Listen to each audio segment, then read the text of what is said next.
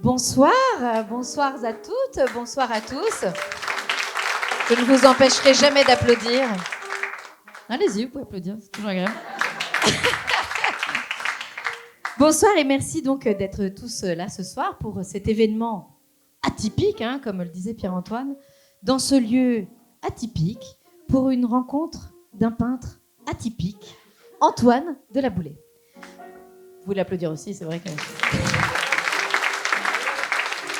Alors, juste avant ou juste après, vous aurez l'occasion de découvrir les œuvres d'Antoine qui sont exposées juste dans la pièce d'à côté. Mais avant cela, et sur une proposition atypique de Pierre-Antoine Houry et Arnaud Sélignac, nous allons vous faire découvrir les méandres et circonvolutions de l'esprit de l'artiste à travers un entretien atypique. Je me présente, je m'appelle donc Béatrice de la Boulay. Alors, votre esprit affûté ne manquera pas de saisir la similitude phonétique qui existe entre mon nom et celui de l'artiste. Alors vous allez voir dans un instant que cette similitude s'applique également à nos physiques. Voilà, je vous laisse donc en déduire sans grande difficulté notre lien généalogique. Et je vous demande d'accueillir avec chaleur, enthousiasme, mais s'il vous plaît avec une hystérie raisonnée, les artistes peintres sont des êtres sensibles, Antoine de la Boulay.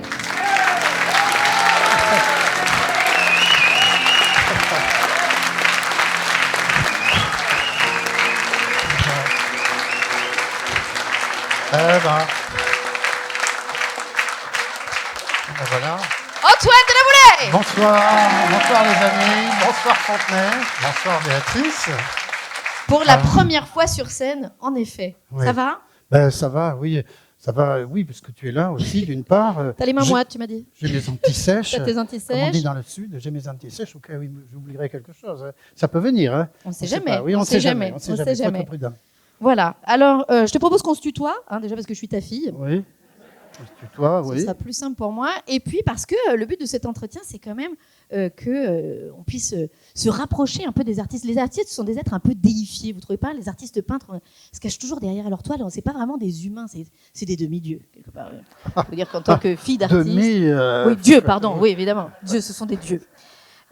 Donc cet entretien va nous permettre une plus grande proximité. J'espère. Voilà. J'espère aussi. Bon, allez, asseyons-nous. Alors, on se tutoie et on s'assoit. On se tutoie et on s'assoit. Et Ça on va s'assoit, derrière, vous voilà. nous voyez quand même ? Ok, on va rester debout. Non mais vous le voyez, il est assis plus haut que moi normalement. Moi on s'en fout, on n'a pas besoin de me voir. Bon. Alors, déjà, moi j'ai adoré travailler sur cet entretien avec toi parce que j'ai pu te poser des questions que je t'avais jamais posées finalement. Donc merci Pierre-Antoine et Arnaud de cette opportunité. Et notamment, je voulais savoir comment était née cette envie de peindre. Et là tu m'as parlé de ton enfance. Ben oui, parce que ça remonte assez loin, évidemment. On habitait Chatou à l'époque où j'ai pu commencer à m'intéresser au dessin. Et j'allais à l'école à Croissy-sur-Seine, à côté de Chatou, dans une belle école, une grande école à laquelle on accédait par une jolie avenue, qui s'appelait l'avenue des Tilleuls. On passait devant une petite chapelle très ancienne où venait prier Blanche de Castille autrefois. C'est un détail. Et on accédait à l'école par une petite porte grise qui donnait sur un parc. C'était comme un ancien château. C'était très joli. Et il y avait une chose à laquelle il fallait faire très attention. C'est pour ça que je courais toujours pour arriver à l'école. C'est quelque chose qui m'est resté toujours toute ma vie, le souci de l'heure, de la ponctualité, de ne pas être en retard. Ça vient parce de là. que à 8h30, la porte grise se fermait. Alors il m'est arrivé évidemment quelquefois, malgré la course, malgré tout ce que je pouvais avec mon cartable au dos, d'arriver à 32. Et là, derrière la porte, le directeur attendait.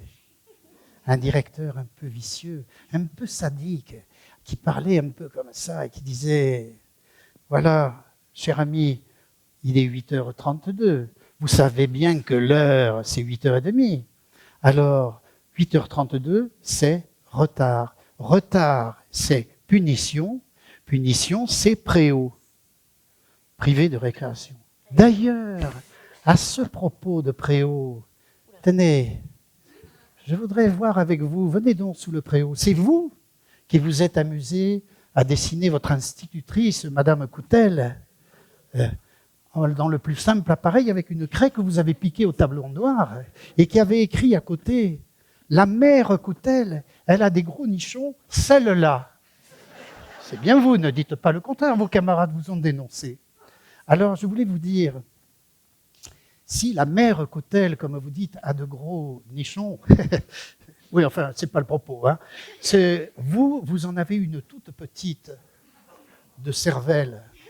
Alors, cette phrase, cher ami, vous allez me la recopier 500 fois, ça vous privera de récréation toute la semaine, et ça vous apprendra à faire l'imbécile. Alors, allez effacer votre chef-d'œuvre et filez. Voilà comment a commencé ma première exposition publique, on va dire. De street artiste. De street art. Très bien, très bien. Bon, il y avait quand même les vacances pour se soulager de tout ça. Ça se passait où les vacances d'été ? Il y avait les vacances. Alors les vacances d'été, ça se passait en Vendée, au prieuré d'Auzay, chez mes grands-parents. Un grand-père, entomologiste, collectionneur de papillons. Qui a à droite sur la photo, voilà. À gauche c'est son ça, propre. C'est mon arrière-grand-père, mon grand-père, donc Okay. 2 générations là, et qui a fait des collections pour les muséums de Berne, les muséums d'histoire naturelle de Berne, de Paris et de Londres. Et voilà, les dernières collections d'Arxia. Auxquelles tu as participé d'ailleurs. Oui, parce qu'il m'avait appris un peu à traiter le sujet. Et une grand-mère musicienne, pianiste, voilà, peinte par Alexis Volon, et qui nous imposait, ma sœur et à moi, tous les jours 1 heure de solfège, de gamme, pour avoir quelques rudiments de musique, qui me serviront un peu plus tard, puisqu'on va parler de musique. Et dans cette maison, il y avait d'autres gens, il y avait plein de monde en fait dans cette maison. Alors dans cette maison, il y avait d'autres gens, il y avait Léonie qui assurait la cuisine, qui faisait une popote délicieuse, qui préparait des orangeades en été, des confitures, des conserves à l'automne, enfin voilà. Et son mari, Ernest, qui s'occupait de la jument Poulette, puisqu'il y avait un cheval à la maison, et qui s'occupait du jardin, suivi de l'éternel épagnol à queue retroussée, que tout le monde appelait Moumous. Moumous, c'est le chien. Et à côté de ce prieuré, il y avait donc la ferme. Et ça, t'adorais passer du temps. Alors, il y avait la ferme, voilà, où j'ai passé pas mal de temps dans mon enfance, puisque Marcel, le fermier, qui n'avait pas de fils, très gentiment m'a fait participer aux travaux des champs, aux travaux des labours. Il me perchait sur sa jument, une grande jument noire qui s'appelait Castille. Et ensemble, on allait labourer les pommes de terre, tantôt les vignes. Et je regardais la nature devant moi, entre les 2 oreilles de cette grande jument qui chassait les mouches en secouant la crinière pendant que je me cramponnais au collier. Voilà Castille, c'est à peu près ça. Après, à une autre époque peut-être. Parce que t'es né en quelle année ? Oh ben non, comment ? T'es né en quelle année ? En 51. Mais non, si, parce qu'à t'entendre, on a l'impression que tu es né au 19e siècle. C'est incroyable.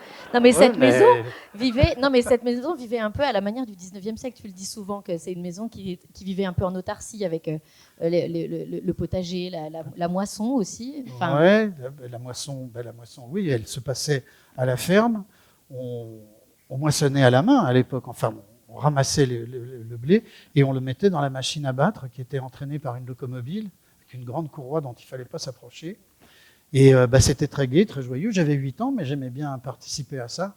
D'autant qu'à midi, il y avait repas pour tout le monde sous le grand préau, avec du jambon cuit, des mojettes, comme en Vendée, des mojettes pas désamorcées. Et puis surtout, un peu de vin. Et malgré mon jeune âge, oui, on disait à l'époque, un petit gars qui travaille, il boit du vin. Donc, ma consommation a commencé à peu près à cette période-là. C'est pas ta faute, elle n'a c'est pas ça que tu veux diminué dire. depuis, on va dire. Mais... Et alors, il y avait les devoirs à la ferme, mais il y avait les devoirs de vacances aussi. Alors, il y avait les devoirs de vacances. J'avais un cahier de vacances. Alors ça, je tiens à dire que c'est le vrai cahier. C'est mon cahier. Qu'il a conservé. Comment il s'est... C'est pas moi qui l'ai conservé, c'est ma grand-mère parce qu'elle surveillait qu'on faisait nos devoirs de vacances. Mais après les vacances, je passais à l'étage supérieur, le cahier. Puis après, quand d'autres années étaient passées, il passait au grenier où il est encore stocké. C'est comme ça que je l'ai retrouvé dans une étagère. Oui. Ça donne presque envie de faire ses devoirs de vacances, ceci dit. Il est sympa. Oui, parce que l'évocation est...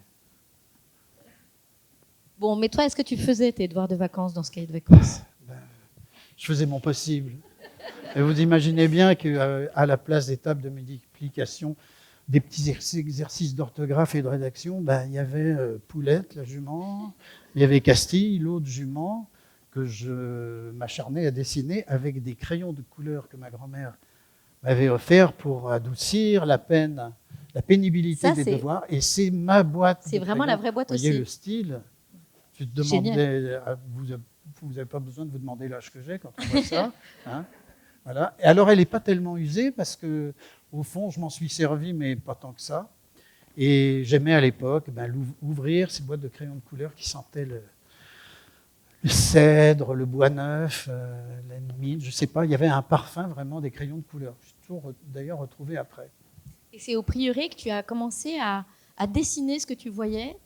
Oui, effectivement, oui, je faisais ça l'été, soit dans mon cahier, soit sur des feuilles, parce que j'avais envie de garder, de retenir un petit peu de manière concrète, de manière imagée, les souvenirs et cette vie de liberté que j'adorais là-bas et que, évidemment, je perdais quand je... Tu retournais à Paris, oui. À Paris. Donc là, ça, c'est le prieuré que tu as peint quand tu avais une dizaine d'années. Oui, voilà. Oui. Voilà, bon, tu as bien fait de ne pas faire un autre métier. On était bien partis là déjà. Hein? Et puis après les vacances, il y avait, excusez-moi, il y avait dans cette maison pas mal d'artistes en fait. Il y avait une autorisation à être peintre finalement. Oui, il y avait une autorisation à être artiste parce qu'il y en avait pas mal dans la famille.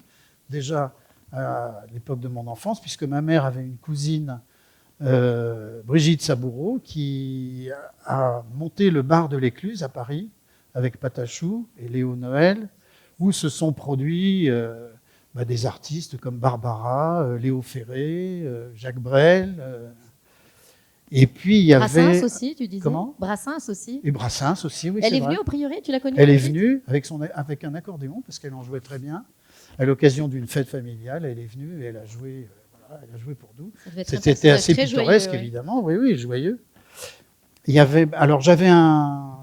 Effectivement, il y avait un oncle, Raymond Saboureau, dermatologue et sculpteur, qui a fait dans les années 20 un certain nombre de sculptures, dont celle-là, et qui a des œuvres au musée d'Orsay. Il y a 3 sculptures de Raymond Saboureau au musée d'Orsay. Et son neveu, Émile, qui était peintre, un petit peu à mi-chemin entre l'impressionnisme et l'expressionnisme, dont vous voyez une œuvre là, qui était réussie, voilà. Et puis alors, il y avait un oncle et une tante fameux, puisque c'était mon oncle Jean et ma tante Cécile de Brunoff, qui ont été les créateurs de Babar, l'éléphant. Voilà, le cousin de Babar, en personne. C'est le cousin des... Et même ceux qui n'étaient pas artistes avaient... On ne veut pas tout savoir. Même ceux qui n'étaient pas artistes avaient une espèce d'affinité avec le monde artistique, notamment ton grand-père qui écoutait Charles Trenet à fond. Oui, dans la maison, on entendait des couronnements. J'entendais marcher dans les couloirs en haut et j'entendais boum, quand notre cœur fait boum. Tout avec lui dit boum, et c'est l'amour qui s'éveille. Voilà. Donc, on entendait ça. Quand encore, il ne l'écoutait pas d'ailleurs sur un tourne-disque Pathé Marconi, je me rappelle la marque, avec un chien assis, un fox terrier assis, qui était le symbole de la marque, et une radio avec un œil vert qui s'allumait, qui faisait comme ça quand on est... Voilà. Et alors, il mettait les disques, alors on écoutait tous les disques de Charles Trenet qui étaient à la maison à l'époque. C'est une très joyeuse maison qui doit être difficile de quitter à la fin de l'été, non? Oui, c'est difficile, oui. Non, mais parce qu'après, il faut retourner... Il faut retourner à l'école. À l'école, et même après, au lycée, oui. Et après, en 6e, on rentrait au lycée. Le temps passe, là, on parle, on raconte des trucs, mais pendant ce temps-là, les âges avancent, oui, le mien. Et donc, après l'école communale et le directeur, et après, il y avait le lycée, avec un autre directeur. Et là, il n'y avait plus d'institutrice comme ça, mais des professeurs pour chaque matière, dont le dessin, qui était un cours qu'on avait le lundi matin, tous les lundis matins, et pour lequel il fallait avoir les fournitures adéquates, c'est-à-dire une boîte de peinture, le franc bourgeois en tôle verte avec un galon blanc qui faisait le tour. Alors, Et tu tu t'en sais que souviens tiens, particulièrement je m'en bien souviens parce que tu bien l'as puisque- encore, Oui, elle j'en ai aussi. encore, parce que le cahier est monté au grenier, les crayons de couleur sont montés, et la boîte de peinture, Il y en a des choses pareil, dans ce sur grenier. une autre étagère, mais enfin, elle est aussi là où tout atterrit au grenier, dans cette maison. Et là, tu as fait la connaissance d'un professeur de dessin. Ah ouais, alors là, ça c'était les débuts de la science picturale, un professeur de dessin. Il adorait Cézanne, il adorait fumer aussi en classe. Ça se on fait voit plus trop. tellement ça maintenant, non, hein. C'est dommage. Alors, son idée, c'était de nous faire utiliser la gouache, puisqu'on en avait une boîte, bien l'utiliser. Hein. Et pour ça, il nous avait expliqué que Cézanne était le spécialiste du volume par la couleur. D'abord le dessin, puis la couleur. Et que la couleur suffisait à elle-même après pour exprimer les choses. Alors, il avait eu l'idée de nous dire, tiens, ben pour faire ça, vous savez, vous allez demander à vos parents de vous passer un paquet des cigarettes qui fument. Il aimait bien toujours. Il a dit ça à la clope au bec, évidemment. Et vous allez apporter un paquet de cigarettes et vous allez le peindre. Ce que j'ai fait, chacun l'a fait. Voilà, ça c'est le mien, c'est le vrai, Voilà, en plus, qui date le de la résumé des 6e, papas des années et que j'ai- 50, et que j'ai dédié à mon papa. des clopes et des cartes. Hein? C'est le résumé des papas des années 50. Ben oui, voilà. Ben, Des clopes et des cartes.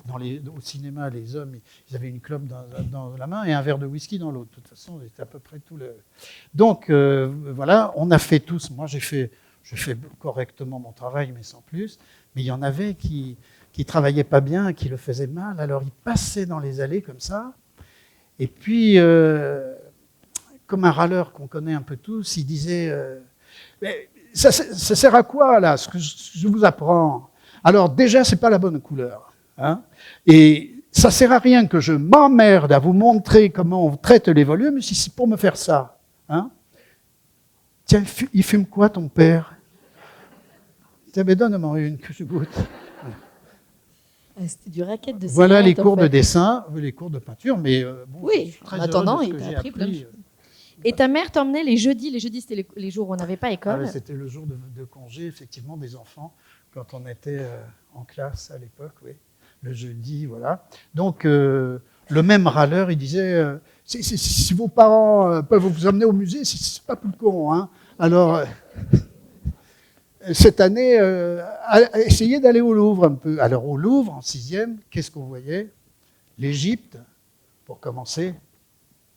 Les pharaons, l'espèce d'iconographie avec les hiéroglyphes, les sarcophages colorés, enfin, toute cette iconographie formidable qui fait évidemment rêver de pays, les pyramides, la couleur, voilà. Donc j'ai connu ça. En même temps, au Louvre, il y avait la Joconde, qui avait très mauvaise mine à l'époque, elle était jaune. Elle n'avait pas été nettoyée, ce qui a été fait depuis d'ailleurs, hein, parce que là, elle est propre. Bon, oui, ça va. Et puis, il y avait évidemment les grandes sculptures, la victoire de Samothrace, tout ça, Vénus de Milo, les grandes galeries avec Rubens, enfin, tous les grands maîtres. Et puis, alors, il y avait un autre musée où j'ai eu la chance d'aller avec ma mère, qui était le musée Marmottan. Qu'est-ce que c'est que ça, le musée comme nom. Marmottan? Oui, c'est marrant. Marmottan. Alors, c'est le musée des impressionnistes, parce que figure au cœur de ce musée un tableau qui est à l'origine du nom impressionniste. C'est Impression au soleil levant qu'a peint Claude Monet à Londres sur la Tamise. Voilà, on a une illustration de ce que je suis en train de dire. Alors, ces visites se terminaient toujours à la boutique du musée, parce qu'il y en a une à chaque sortie, évidemment. Pas que les billets, il faut aussi vendre un petit peu de l'art.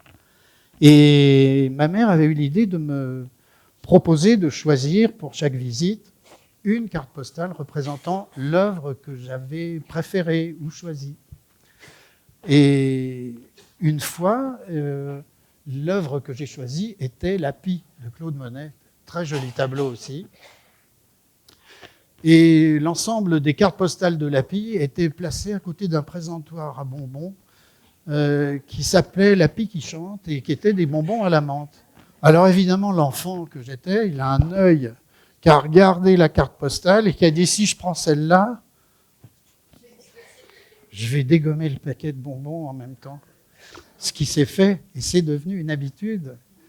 Le petit malin. Toutes les visites de musée se terminaient par une carte postale et un paquet de bons becs. Eh ben, c'est ce qu'on appelle donner le goût de la peinture. Ben voilà, c'est pour ça que je suis devenu peintre. Hein. C'est pas, pas pour par gourmandise. Non, c'est pas pour autre chose. Donc finalement, un peu comme Obélix dans la potion magique, toi, c'est dans un pot de peinture que tu es tombé. Eh ben oui, on peut dire ça. On peut dire ça. Je crois vraiment que je suis tombé dans un pot de peinture. D'ailleurs, je peux vous faire écouter une petite musique qui va l'illustrer.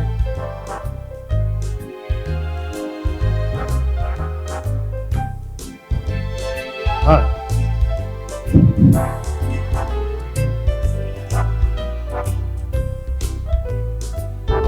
C'est toi qui joues là ? C'est toi qui joues ? Oui, bien sûr. Oui. Je suis tombé dans un grand pot de peinture.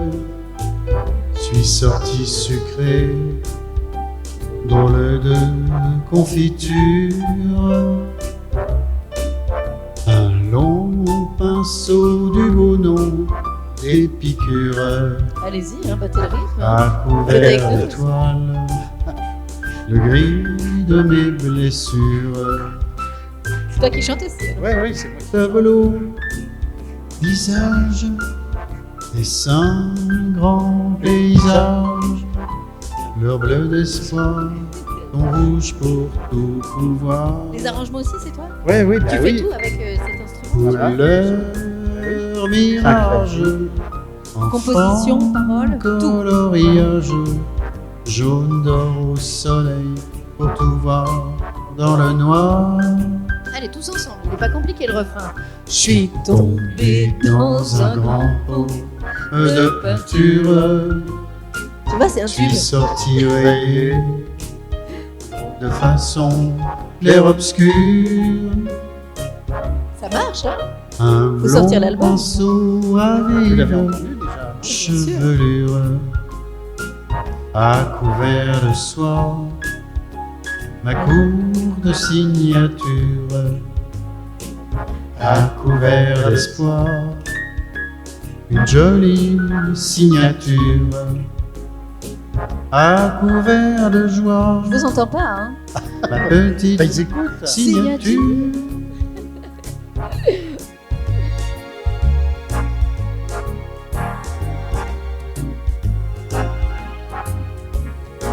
C'est aussi lui les arrangements. Non mais je vous jure, il a un synthé dans sa chambre, il fait tout avec. C'est incroyable. On peut l'applaudir quand même. Non mais c'est vrai.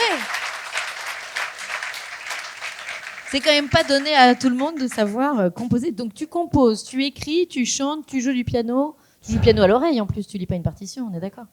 Non, j'ai pas bien retenu. T'as pas bien retenu les leçons de ta grand-mère.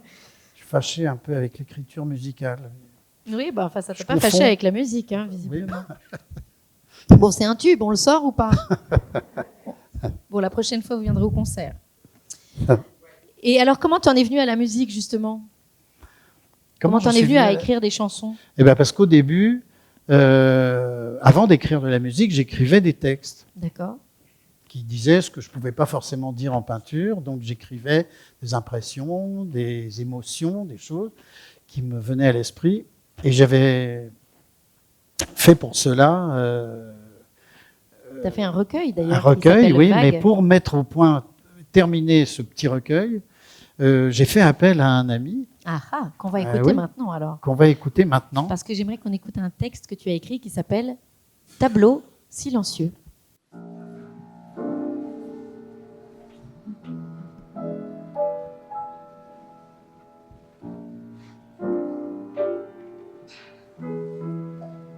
Quand les buissons s'amusent au feuillage des verbes exquis, tu rêves de couleurs déguisées en arpents de saveur.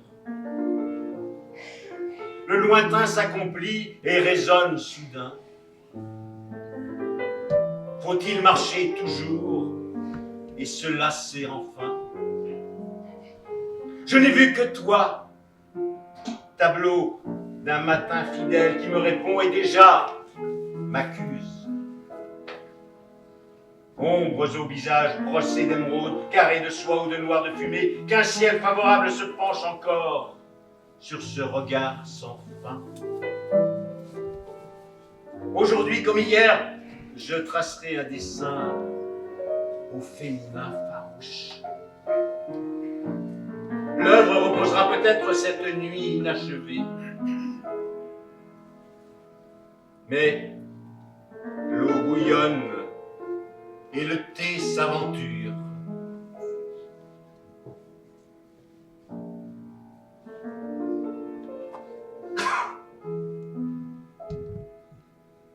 Qu'il faisait bon rire hier soir du cher pays de mon enfance.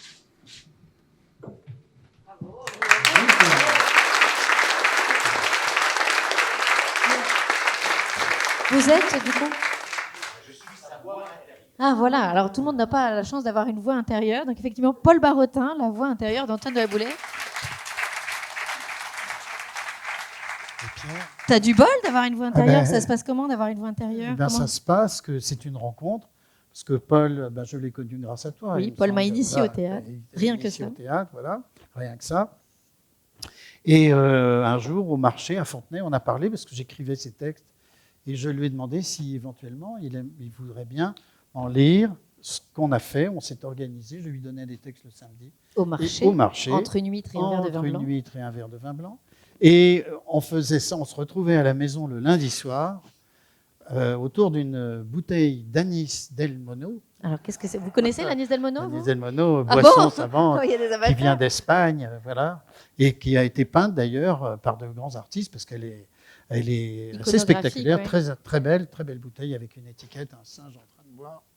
Et Picasso et Braque ont peint d'ailleurs des tableaux avec des natures mortes où figure cette bouteille. Alors on se retrouvait à la maison, on buvait de l'anis, on mangeait des polverones qui venaient d'Andalousie.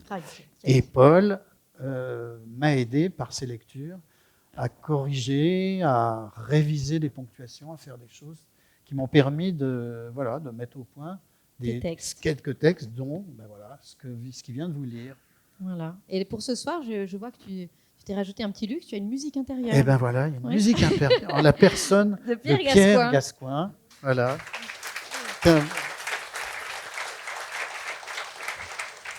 Il y a du monde à l'intérieur d'Antoine de la Boulay. Hein, c'est fou, hein, c'est un univers très complet. On s'ennuie pas à l'intérieur de toi, j'ai l'impression. C'est la fête. Bon, alors, on va passer assez vite sur les débuts de ta carrière professionnelle où tu as fait de la publicité, tu as travaillé pour la publicité. Alors, bon, il y est passé rapidos, juste le temps de faire le logo du BHV. Hein, voilà, rien que ça. Voilà. On n'arrive pas à s'arrêter sur le BHV, voilà. Donc ça, c'est papa qui a fait le BHV. Pas mal. C'est vieux, hein. Ça remonte à 1973. Oui, ça en plus, tu l'as fait quand tu étais étudiant. Ouais. C'est un peu comme le stagiaire de Nike, il n'a jamais été payé pour ce logo. Et puis, alors en 1980, vous quittez Paris avec ton épouse Jenny pour sa plus grande joie, puisque tu l'emmènes découvrir un territoire nouveau pour elle, la Vendée. N'est-ce pas? Donc là, vous emménagez dans une ferme pas méga confort, qui n'est plus du tout comme ça aujourd'hui, mais à l'époque, c'était un peu plus c'était un peu le choc des cultures, c'était comme non? ça, il n'y avait pas de fenêtre, il n'y avait pas de volet, il n'y avait pas de, confort par rapport au 16e arrondissement. Au 16e arrondissement parisien où nous habitions tous les deux. Alors, ça s'est passé un peu d'une manière... on est arrivés un jour, tous les deux... Et tous les trois avec Pauline. Il y avait Pauline, c'est vrai, qui était petite, mais qui dormait encore dans la voiture, qui n'a rien vu. Et du moment où j'ai posé le pied dans la cour de l'îlot, Vlatipoc m'a pris l'accent du pays, quoi, l'accent d'Auzay. Oh, merde, alors. Il était surpris, moi, puis il m'a gêné encore plus. Hein. Alors, il regardait la maison, il dit, putain, ils allons habiter là quand même. Hein. Au premier étage, on avait 2 chèvres. À rentrer par le coteau, elles étaient locataires. Alors, forcément, elles nous ont vu arriver. Elles ont dit, vous arrivez de Paris, mais nous, Ils n'allons pas rester très longtemps parce que le bas, il va terminer. Mais enfin, on est encore là. Avez-vous vos clés, il a dit. Alors, il dit, il y a mes clés, il y a secoué le trousseau. Et puis, il a dit, parce qu'ils ne pourront pas vous ouvrir en bas. S'il faut rentrer, il faut rentrer. Alors, hier, on a rentré avec Génie, tous les deux. Génie commence à ouvrir les yeux et dit, merde, tiens, lui, il ne parle plus français, comme quand. Il y a des biques à la fenêtre qui... voilà, je ne sais pas ce que c'est que ça. Alors, on est rentré. Et puis, assez rapidement, ils se sont aperçus qu'ils ne pouvaient pas dormir quand la nuit venait. On avait une chouette. Alors, elle était dans le grenier à côté de la chambre. Puis alors, elle avait perdu ses clés. Alors, elle ne pouvait pas sortir le soir quand elle voulait chasser. Elle venait souffler dans tia putain de serrure en croyant qu'on allait l'ouvrir, mais rien du tout. Alors, il fallait qu'elle sorte par une mousse, tout au bout du grenier, là, à côté d'un volet. Elle se grattait les ailes dedans, elle en a perdu des plumes, putain. Au bout d'un moment, qu'il n'ouvrait pas la porte, parce qu'il a dit « démerde-toi », elle a filé, elle a déménagé, elle est partie, je ne sais pas où. Plus de chouette. Il ne restait plus personne dans la maison, sauf s'il restait quand même encore un rat, puis pas un petit.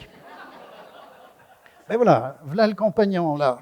Alors lui, il habitait le grenier avant, ils ne l'entendions pas du temps de la chouette. Un matin, voilà que ma Génie, elle monte l'escalier, puis voilà que lui, il descendait.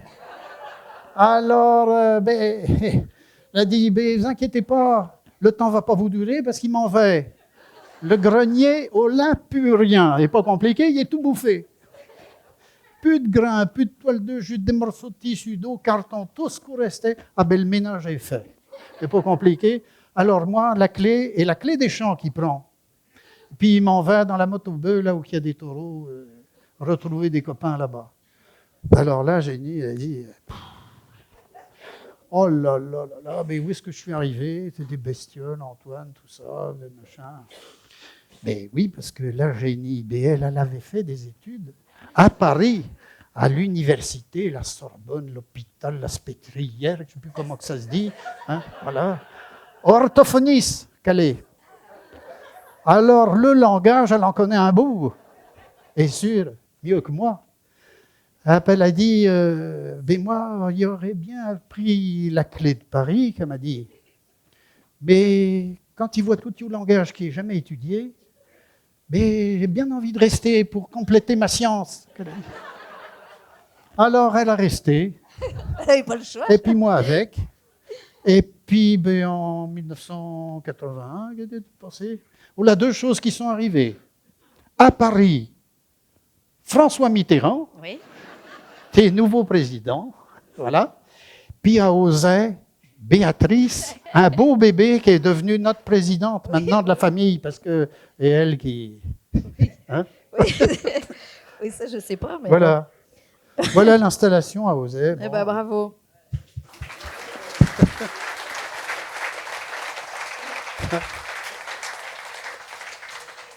Donc voilà, Pauline qui me drive sur son bolide. Moi, je suis derrière. Et alors là, on est juste à côté de la porte. On voit que Auzay a été bien restauré, l'îlot a été bien restauré. On est juste à côté de la porte de ton atelier où on n'osait pas rentrer. C'était une grande porte comme ça, jaune, mais qui était tout le temps ouverte en fait. Elle était tout le temps ouverte parce que dedans, il y avait de la musique à fond. Il écoutait l'opéra à fond la caisse et Carmen qui hurlait, la Traviata, tout. Il y avait vraiment comme une espèce de vent de chansons qui sortaient de cette porte. Mais il n'y avait pas que les opéras qui hurlaient, et aussi papa. Et hurlait, parce que j'ai l'impression que la création, ça se passe un peu dans la douleur. Donc on entendait des bordel de merde. Putain, c'est pas vrai. Tu te souviens de ça ou... Oui, quelquefois, je renversais des trucs. Oui, bien sûr. Ouais. Je travaille salement, c'est vrai. Et, non, mais... c'était... Oui, ça devait arriver. Oui, ça devait arriver. Ça arrive encore, peut-être. Oui. Pas plus tard que tout à l'heure. Ça Bref, va. avant de monter sur scène. Ça va. Et que tu as changé de pull. Et que tu es retourné dans ta chambre en disant « Putain, faut que je me change, on va être à la bourre. » Bon. Mais ce qui est amusant, c'est de voir le décalage entre la douceur de ta peinture et le chaos dans lequel ça se crée. Alors moi, je serais très intriguée que tu nous fasses rentrer dans cet atelier dans lequel on n'osait pas rentrer, du coup. Alors, qu'est-ce qui se passe? Ça commence comment déjà, une journée de peintre? Tu y es déjà dans l'atelier, là. Donc là, c'est le bazar. Donc, voilà, c'est vrai que c'est le bazar, les palettes, les pinceaux, les pots, Il y en a partout. les tubes, il y a des pigments, il y a... Alors, en fait, ça commence pour comment? commencer, ça commence, par exemple, j'ai un carnet de croquis, comme ça, où je dessine quelque chose de manière peut-être instinctive. Si le dessin me convient, je le garde tel que. Et puis, je peux avoir aussi envie de le mettre en couleur. Alors, pour le mettre en couleur, il faut des tubes. Il faut de la peinture. Alors, soit des tubes, soit les pigments. Ah, on y était juste avant. On y était, les pigments. Non, c'était juste avant. Auxquels je mélange une émulsion que je fabrique avec soit du blanc d'œuf. Il y a une petite popote. Du blanc d'œuf de poule? Blanc d'œuf de poule. D'accord. Voilà, tu vois, que je mélange là-dedans, par exemple. C'est Maïté. Alors, raconte-nous, Maïté. Alors après, je vais joindre de l'émulsion ou des vernis d'amare. Ça vient c'est des jolis pots avec un éléphant sur l'étiquette parce que c'est eux qui les rapportent. Oui, Les éléphants? oui, ils rapportent la résine qu'on prend dans les arbres en Inde. L'arbre s'appelle damar. Ah, d'accord. Voilà, alors tu vois, ça sent bon. Hein. Ouais, ça sent bon. C'est la cuisine de et donc, voilà, je fais mes mélanges et après, je fais les tableaux. Tu disais que la couleur, quelquefois, ça passe ou... Ah la couleur, où ça passe, où ça casse, quand c'est maltraité. Là, il y a un truc, là. Non, là... Arnaud, il a envie de passer à la suite. Et vas-y, déroule. Il a envie de jouer avec il a le envie d'aller tracteur. tout de suite sur ouais, mais là, non, moi, je peux pas. Là, déjà, c'est difficile. Alors... Comment on va rattraper ça? C'est là, faut...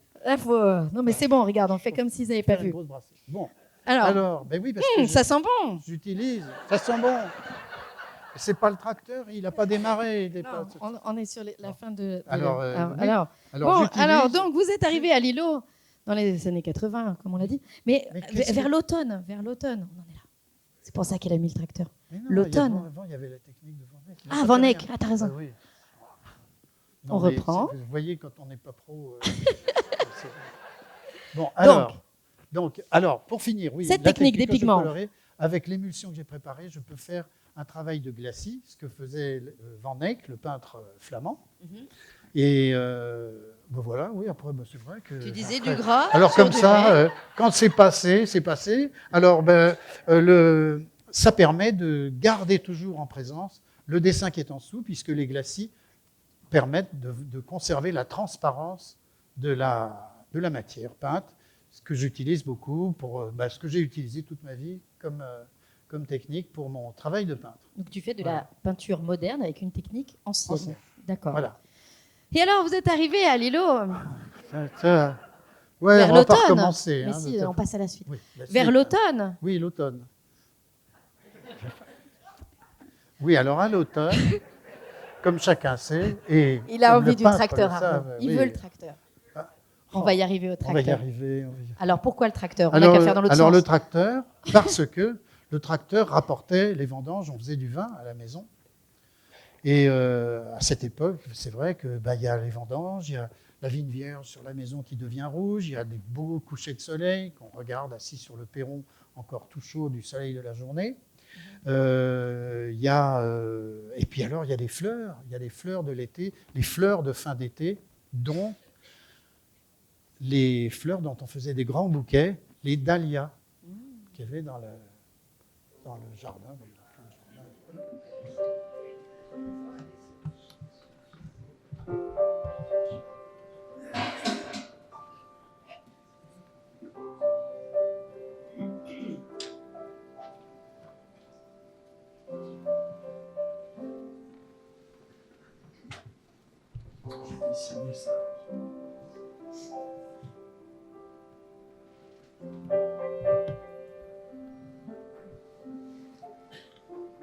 Sur les pas de la similitude, sur les chemins des grands jours, quand l'allure prend sa liberté autant qu'il accélère, le regard comblé, je retourne là où s'étire mon arbre.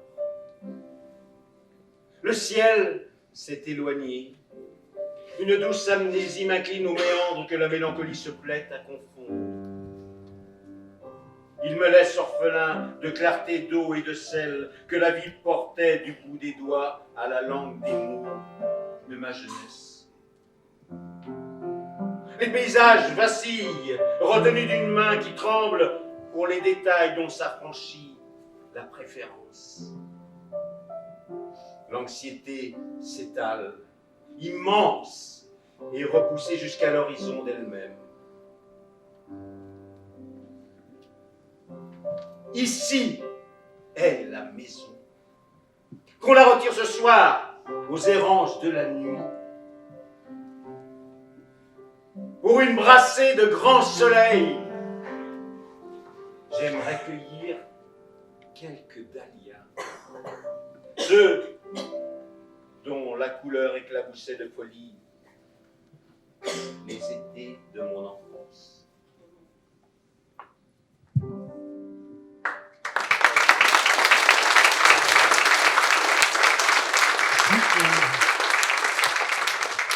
Merci Paul pour la lecture de ce texte qui est encore un texte d'Antoine. Alors puisqu'on parle du rouge des dahlias, je vous propose, comme le spectacle s'appelle Les couleurs d'Antoine, qu'on commence par plonger dans un grand pot de peinture rouge. D'accord ? Alors Antoine, qu'est-ce que tu vois dans ce pot de peinture rouge ?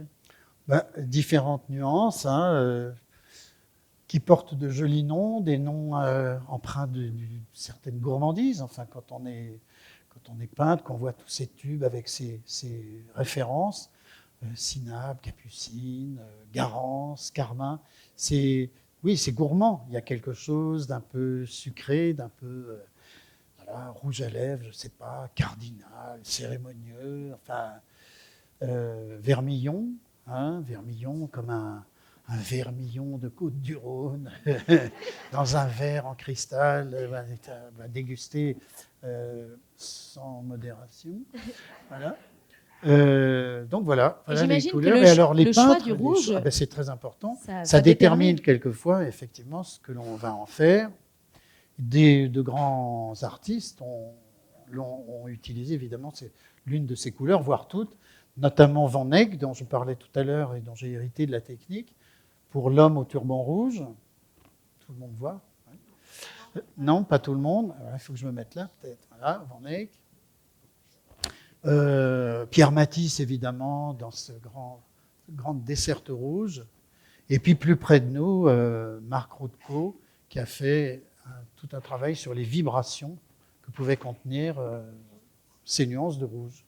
Alors, le rouge, il est aussi très présent dans ta peinture à toi, mais aussi le cheval. Pour ceux qui te connaissent, le cheval est vraiment un personnage récurrent dans tes peintures. Alors, pourquoi ? Moi, je me suis toujours demandé pourquoi à ce point. Différentes raisons. Quand j'étais enfant déjà, donc on parlait des chevaux qui étaient à la maison. Et puis, j'avais un grand-père, cavalier, chasseur, qui, quand il était à l'école polytechnique à Paris, s'échappait de l'école le soir en prenant des draps qu'il nouait à la fenêtre. Il descendait dans la rue et il se sauvait faire la bamboula chez Aristide Bruand, le célèbre directeur du cabaret, qui avait lui-même une écharpe rouge, vous pouvez voir, dessinée par Henri de Toulouse-Lautrec, que mon grand-père a eu la chance de rencontrer parce que il est né en 1869, mort en 1969, et il a donc, à l'époque de ses études, fait cette rencontre avec Toulouse-Lautrec qui dessinait admirablement les chevaux, en dehors de tout ce qu'il pouvait dessiner chez Bruand, la Goulue et autres, qui avait un très très beau sens du cheval, dont il avait hérité d'un autre peintre, Princeteau, qui dessinait aussi merveilleusement les chevaux, avec cette façon de les humaniser un petit peu, de leur donner presque un visage quelquefois. Et j'étais très sensible à toutes ces images et toute cette iconographie qu'il m'a fait partager dans les livres qu'il avait. Et puis en face du prieuré, il y avait un autre personnage. En face du prieuré, il y avait Christina de Maupoux, qui était une amie de ma famille, et qui élevait elle aussi des chevaux, de très beaux chevaux de selle, pas des chevaux de trait, de très beaux chevaux de selle, et qui a créé une souche de chevaux, des chevaux d'Auzet, dont un a même participé aux Jeux Olympiques. Voilà. Et Christina de Maupoux avait pour mère une certaine Charlotte Thioca, très gentiment, qui me proposait l'après-midi, quelquefois quand elle était là à Auzay, de venir travailler, dessiner des chevaux, parce qu'elle les dessinait admirablement. Voilà une gouache qu'elle avait faite et qu'elle m'a donnée à l'époque. Et qui corrigeait mes dessins. Elle me donnait voilà, les proportions, la longueur des jambes, le mouvement. Enfin voilà, elle m'a appris un peu tout ça, avec beaucoup de gentillesse. On a correspondu quelque temps, parce qu'elle habitait en Suisse. Je lui envoyais mes dessins, qu'elle me renvoyait en m'adressant ça sous le nom de « chère petite amie », et elle signait ses lettres de grand-mère crayon. C'est trop mignon. C'est beaucoup trop mignon. Et du coup, effectivement, le cheval a donc occupé une place importante dans ta peinture. Ça a été le début de 10 années où tu as peint des scènes de genre autour du cheval, dont la course, entre autres. Oui, les courses, les chevaux de course, tous les portraits de chevaux, que ce soit course, selle ou autre, polo, enfin j'ai peint vraiment des milliers de chevaux. Et puis des chevaux de chasse. Et puis des chevaux, évidemment, et les chevaux de vénerie, puisque j'ai dû peindre à peu près tous les équipages de France pendant toutes ces années où oui, tu avais un peu le monopole oui, on peut dire ça comme ça. Tu as bien fait de ne pas quitter ta place, parce que tu sais que qui part à la chasse perd sa place. Oh là là, il y a une chanson comme ça. Il y a une chanson. C'est moi qui l'ai écrite. C'est toi qui l'as écrite, je crois. Alors, on va l'écouter. Bon, là, on peut... Tu veux bien nous dessiner un cheval pendant ce temps-là ? Qui va à la chasse perd sa place, qui nage pas la brasse boit la tasse, qui range la paperasse se lasse, mais qui va à la chasse perd sa place, qui est efficace me remplace, qui répète hélas m'agace, qui chante comme la calasse, mais qui va à la chasse perd sa place. Pendant ce temps-là, les petits lapins, puis le bruit des carabines. Et sous les sapins, court plein de lapins, loin des cuisines, des grandes coquines. Qui fait des grimaces cocasses, qui va dans l'espace, me dépasse, qui a de l'audace, m'embrasse, mais qui va à la chasse, perd sa place, qui se prend tout un axe, me les casse, qui brise la glace, me délace, qui se regarde en face à la classe, mais qui va à la chasse, perd sa place. Pendant ce temps-là, les petits lapins fuient le bruit des carabines. C'est que les tubes, je vous dis. Et sous les sapins, court plein de lapins, loin des cuisines, des grandes coquines. Pendant ce temps-là, les petits lapins fuient le bruit des carabines. Oui, sous les sapins, court plein de lapins, loin des cuisines, des grandes coquines. Ce qui est fabuleux, c'est que tu réussis à adoucir et à moderniser une thématique qui ne l'est pas du tout, ni moderne, ni douce. J'adore celui-là. Celui-là, c'est vraiment le trait entre cette époque où tu peignais des chasses et aujourd'hui. Bravo pour cette chanson, pour ce tube encore, bien sûr. Alors, donc, on disait que tu avais effectivement le monopole, hein, tu étais vraiment le peintre équestre un peu officiel, au point que, qu'est-ce donc qui s'est passé donc en 1983 ? Il s'est passé que j'ai reçu un appel du secrétariat de l'Élysée, à Lilo. À Lilo. Mais oui, il nous a demandé, C'est le rat qui a répondu. il nous a demandé si Antoine de la Boulaye était là. Alors moi, il a répondu. Il a d'abord cru qu'il était une blague. Mais non, ce n'était pas une blague. C'était effectivement le secrétariat du président de la République qui me disait que j'avais été désigné pour faire le cadeau que François Mitterrand allait offrir à la reine d'Angleterre et à son mari pour la grande rencontre qu'il organisait un an plus tard. Ça, c'est la Donc, photo qu'ils t'ont offerte? ça, c'est la photo qu'ils m'ont envoyée à Noël. Oh, les vœux de la reine. Ils étaient contents. Chicos. Alors, je suis allé passer 8 jours à Windsor avec... C'était sympa. Ouais, c'était sympa. Fifi, il était gentil, puis Bébête, Elle est cool, elle est pareil, t'es relax, elle venait Ouais. le matin avec sa Land Rover, là, elle avait un foulard Hermès, un collier de perles, Tout simple. tout simple, un fichu, un barbour sans manche, un kilt, là, et puis des bottes en caoutchouc, parce qu'elle pataugeait là au milieu des chevaux avec tes corgis, deux corgis qui l'accompagnaient tous les matins. Et alors, Philippe, tu as passé Fifi, du temps avec Fifi? Oh, mais Fifi, c'est du temps. On a fait de l'attelage ensemble Oui. parce qu'il voulait me montrer ses voitures puisque j'ai dû les peindre. Donc Il avait voilà, ça ce sont inventé un les système chevaux. de voitures de marathon pour le cross puisqu'il était un grand amateur et grand spécialiste des compétitions d'attelage. Et il m'a montré d'abord en anglais pour voir un peu comment je pataugeais dans la langue, hein, parce qu'il m'a expliqué techniquement qu'il avait installé des freins à disque sur les voitures à cheval, où je pense quand 4 chevaux tirent, tu peux freiner s'ils ont envie de se barrer.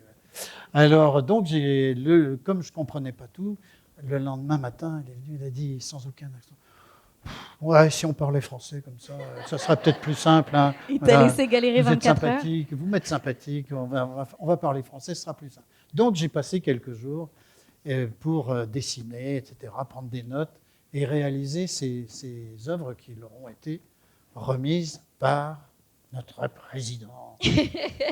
Et Bébête, alors, elle t'a offert une petite surprise aussi. Alors Babette, le dernier jour, elle passait, elle regardait mes dessins le matin, et un matin, elle m'a dit « Ah, vous aimez le dessin, vous aimez les... Est-ce que ça vous ferait plaisir de voir ma collection ?» C'est bien le micro, là, hein, ça va?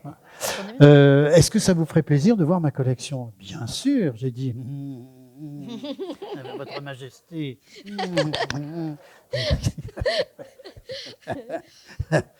Alors, on est parti voir les galeries dans Windsor, suivi d'un capitaine Crafton qui avait un stick sous le bras en bambou, une moustache.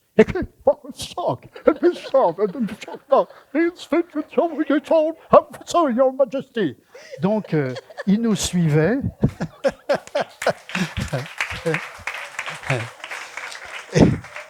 Et je suis monté dans les escaliers derrière Babette, entre Crafton, et on a visité. Alors, voilà, j'ai vu des tableaux magnifiques, des dessins de Michel-Ange, des tableaux de Rembrandt, des Léonard de Vinci. Une petite collecte. Voilà, une petite collecte qui, heureusement, n'a pas été brûlée ni abîmée dans le grand incendie qui a eu lieu il y a quelques années. Ok. Voilà, l'aventure anglaise. Eh ben, donc ça a été le début d'une grande tournée internationale de tes expositions. Tu as été exposé en Europe, en Asie, aux États-Unis, un peu partout. Ouais. Mais à un moment donné, il s'est passé quelque chose. Oui, j'étais devenu professionnel dans ce domaine au point que il m'arrivait d'aller aux courses et d'assister aux courses dans les tribunes du Jockey Club, puisqu'il fallait, voilà. Donc, un jour, j'ai appris au prix de Diane à Chantilly que malheureusement, j'allais perdre mon père qui devait mourir quelques jours plus tard. Et là, ça a été évidemment un choc émotionnel important.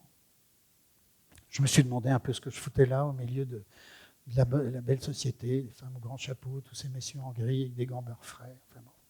J'ai dit, on arrive à l'aube du 21e siècle, mon père est en train de mourir, il faut que je passe à autre chose. Donc, c'est ce que j'ai fait. J'ai arrêté, j'ai décidé d'arrêter tout ce que je faisais jusque-là, depuis des années quand même. Hein. Et j'ai décidé de faire le vide, faire un blanc. Un blanc pour recouvrir tout ce passé dont on vient de parler, pour recouvrir mon passé.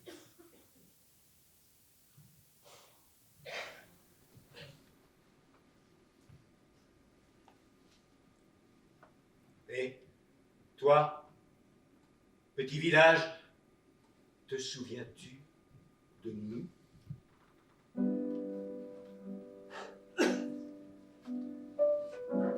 J'entends le frémissement de nos fêtes, le fracas de nos guerres, et je sens toujours la poussière d'où sont nés tant de petits soldats. Et toi, petit soldat, tu te souviens de quoi?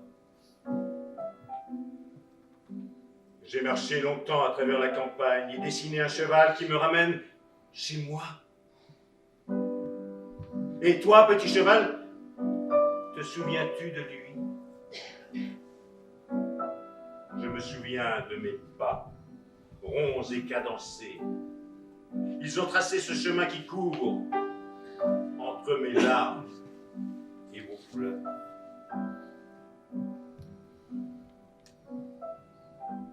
Et toi, petit chemin, te souviens-tu de moi? Tu m'as jeté des pierres. Elles ont resserré le ruban de nos peurs. J'y ai semé de grands arbres pour qu'ils nous donnent de l'ombre et qu'au dessin d'un beau soir, je me repose enfin.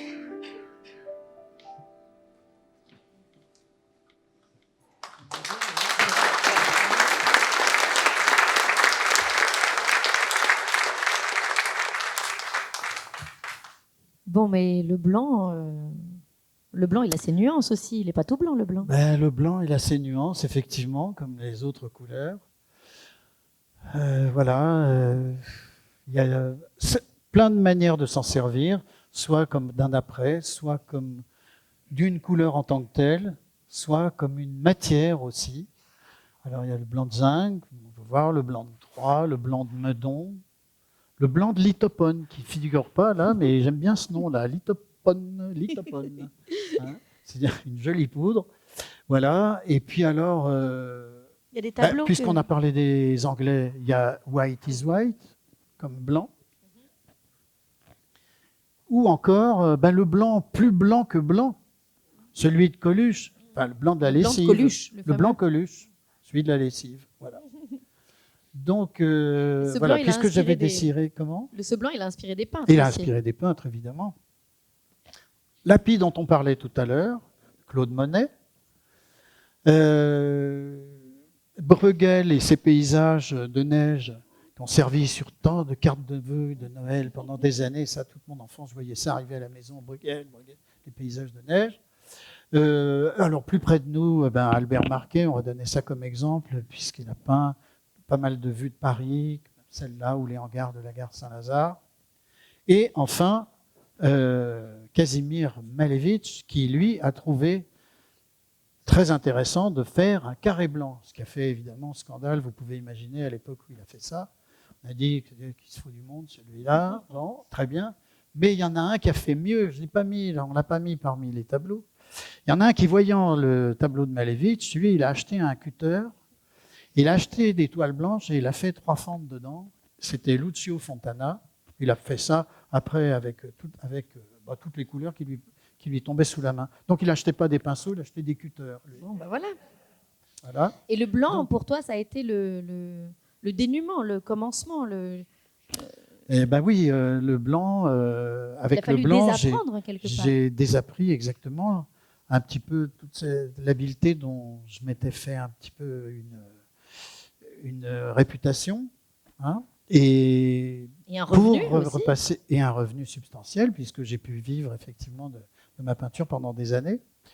Et donc, j'ai voulu recouvrir un petit peu tout ça, tout ce dessin, toute cette pratique, avec une matière que je fabriquais avec du blanc, de litopone si on veut, ou d'autres choses, que je mélangeais avec un liant qui en faisait une pâte matérielle sur laquelle la lumière agissait plus ou moins. Tout ça par-dessus des traces de dessins ou de messages que je recouvrais de cette pâte blanche. J'ai appris un mot tout à l'heure. Comment? Oui, c'était un peu comme des palimpsestes. Palimpseste. Il est beau ce mot aussi. À l'inceste, voilà. Ah, bah, voilà. Ces choses effacées, reprises, effacées, recouvertes, etc. Donc, Et est-ce que voilà. c'est apaisant, le blanc? Ben, c'est apaisant, oui, si on veut. Enfin, c'est pas que apaisant, parce que le blanc, c'est le vide aussi, c'est l'absence. Enfin, Bon, cette époque, elle est derrière toi, mais Alors- alors il est où ce blanc maintenant? Alors, ce blanc, maintenant, eh ben, il est dans mes nuits blanches, je crois. Ah, D'ailleurs, Là aussi, tu as j'en- une chanson à là-dessus. l'occasion, pendant des nuits blanches, j'en ai fait une petite chanson Que tu as écrite pendant une nuit blanche. que j'ai écrite pendant une nuit blanche, évidemment. C'est vraiment productif. Nuit blanche, le grand lit fait la blanche.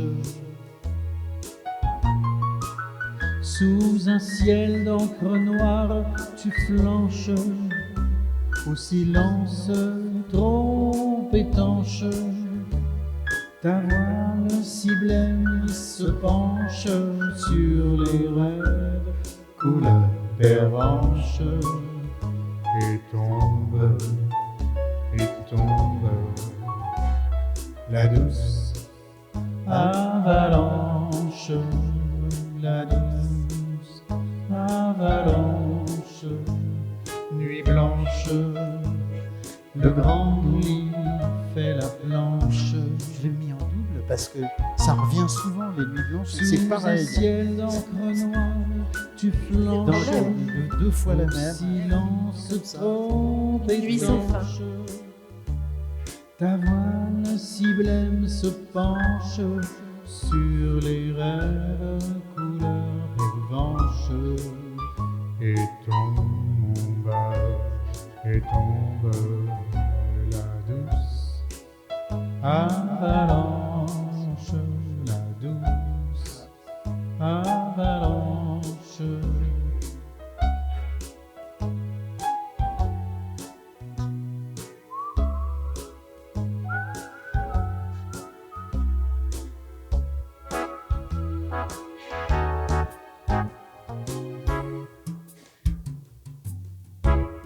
Eh bien, merci pour cette avalanche de douceur. Moi, mes nuits blanches, elles sont moins douces. Hein, je sais pas vous, mais... Alors après l'hiver, après ce blanc, après ce dénuement, vient le printemps. Alors là, on se réveille, tout à coup, après ce blanc, tu es reparti dans la couleur. Et là, comme on parle du printemps, on va parler du vert. Ouais. Alors, on va tomber dans un grand pot de Le vert, peinture voilà, verte. comme, Alors là, qu'est-ce comme que les autres qu'est-ce que tu y vois? alors, j'y vois différentes nuances. Voilà, Ça aussi, Bah, c'est des mots qui font voyager. Hein. des défauts qui font voyager, oui, bien sûr. Smaragdin, qu'est-ce que c'est que ça, le smaragdin? Smaragdin, ça c'est une couleur. Oui, c'est une couleur. C'est pas neutre. Hein. Quand on appuie sur le tube, c'est pas du dentifrice qui sort. Hein. C'est vraiment du vert, voilà. Alors le vert de gris, voilà. Céladon. Véronèse, j'adore tous ces mots, Véronèse, c'est merveilleux. oui, Véronèse évoque des grands tableaux, les Noces de Cana de Véronèse, voilà. Bouteille, je suis d'accord que la bouteille est verte. Eh ben, quand il n'y a plus rien dedans. Oui, c'est vrai en plus. Avec le verre bouteille. Quand on mais- a bu tout le vin, elle est verte. Et c'est marrant qu'on parle comme ça souvent de boissons Oui, je ne sais pas, alcoolisées. ça revient beaucoup. Ça revient. Et alors, ça a inspiré des peintres aussi, Alors, ça a ce inspiré verre, des peintres, évidemment. qui en ont fait des œuvres. On va reparler de Claude Monet, parce que j'adore ce tableau de cette femme, portrait de femme en robe verte. Après, évidemment, toujours Claude Monet et ses nymphéas, avec une profusion de verdure. Dans son jardin à Giverny. Son jardin à Giverny. Et puis, alors ça, c'est l'Odalisque de Martial Rey, c'est plus près de nous, qui est un artiste que j'aime beaucoup, un artiste du pop art, français d'ailleurs. Et enfin, tiens, on va citer un confrère vendéen, qui habite pas très loin d'ici, du côté de Mareuil, Fabrice Hibert et son homme de Bessines. Oui, Ouais, c'est là, bien. on ne sait pas si c'est Bessines ou Bassine. Non, c'est pas dans la bassine. Non, c'est parce que là, il vise bien c'est dedans. l'homme de Bessines. J'adore cette œuvre, elle est complètement délirante. Et alors, ça me fait penser à un texte que tu as écrit qui s'appelle Au jardin. J'ai fait mon tour ce matin. les volets grands ouverts, au ciel exprime et lance un gris si fier. Il pleut au jardin, et je regarde. Belle nature, tranquille et conquérante, tu prends chaque goutte à l'eau de ta vie. Retiens du paysage sa chair ruisselante au cœur fragile de mes tableaux vernis. J'ai vu la jument, beige et joyeuse, s'allonger dans l'herbe à l'éclaircie soudaine. La crinière répandue, elle a roulé à terre son ventre en blanc et ses jambes en fête. Que les chants d'oiseaux, brindilles en bourgeons, nids de fleurs se donnent chaque jour à ses premiers printemps. Moi, j'attends le facteur. Sa voiture jaune déjà bouton d'or dans l'allée. Le monde arrive. Et ma guerre, trop tôt.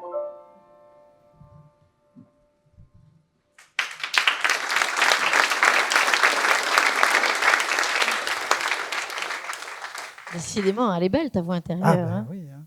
Ah. Vraiment. Elle Oui. nous donne envie de nous exprimer en vers un peu. En alexandrin. Bah non, en vers. En vers, vert. la peinture. Oui, avec de la couleur. Bah Vert. oui, bien sûr. Alors parce qu'après les grands aplats de blanc, il y a eu les aplats de vert. Oui, des grands aplats de verre, voilà, sur lesquels j'ai travaillé le dessin. J'ai tracé voilà, des grandes silhouettes qui étaient prises dans la matière d'ailleurs, tracé un peu des contours à suivre et des tableaux taille réelle, j'appelais ça dans l'esprit, vu la dimension, puisque ça c'est des grands formats. Et là, on voit une silhouette de femme. Alors après les chevaux, pourquoi les femmes? Ah ben pourquoi les femmes Pourquoi les femmes, c'est une chanson. Ça pourrait. c'est pas de moi. Hein. Prochaine chanson. Bon. Alors pourquoi les femmes? Parce que le sujet est éternel. Depuis la nuit des temps, les artistes ont toujours traité la femme, le corps de la femme, le visage de la femme. La femme comme muse, la femme est une muse. D'ailleurs, notre ancien ministre de la Culture, Jacques Lang, n'a-t-il pas dit lui-même « La femme est une muse et j'aime les muses » et d'ailleurs, n'a-t-il pas dit dans un élan d'enthousiasme, je vais la dire à l'endroit parce que lui l'a dit à l'envers, « Sachez bien que moi, la muse m'habite. » Voilà, je vous laisse faire la contrepétrie. C'est fin, C'était c'est Jacques si Lang, fin. bien, c'était Jacques Lang. Oui, on l'avait reconnu. Et puis, il y a ces souvenirs aussi dont tu parles des années 50 avec... Alors, il y a mes souvenirs de mes années 50, effectivement, les images que je garde de mon enfance, de ma jeunesse, où les femmes se libéraient après la période après-guerre, qui était encore un peu empreinte de tristesse, ou enfin et elles sortaient avec des robes légères, colorées, on les voyait passer à Chatou, dans les rues, dans des florides décapotables, avec des lunettes noires, des foulards qui volent au vent. En écoutant Dalida. Hein, En écoutant Dalida. en écoutant Dalida, Bambino. Donc tout ça, effectivement, c'était une période heureuse dont j'ai aimé garder le souvenir et les images Tu parles dont des je me robes. sers toujours. Oui, et tu parles des robes, mais c'est vrai qu'il y a les femmes, il y a aussi la mode dans tes tableaux. Parce que la mode sculpte les femmes, effectivement. Et les grands couturiers l'ont bien compris, et dont certains que j'aime beaucoup, comme Yves Saint-Laurent, dont j'adorais le travail en noir et blanc, qui était le travail de son début, où vraiment là, les vêtements étaient des sculptures. Et puis après, la couleur qui est intervenue quand il a connu le Maroc.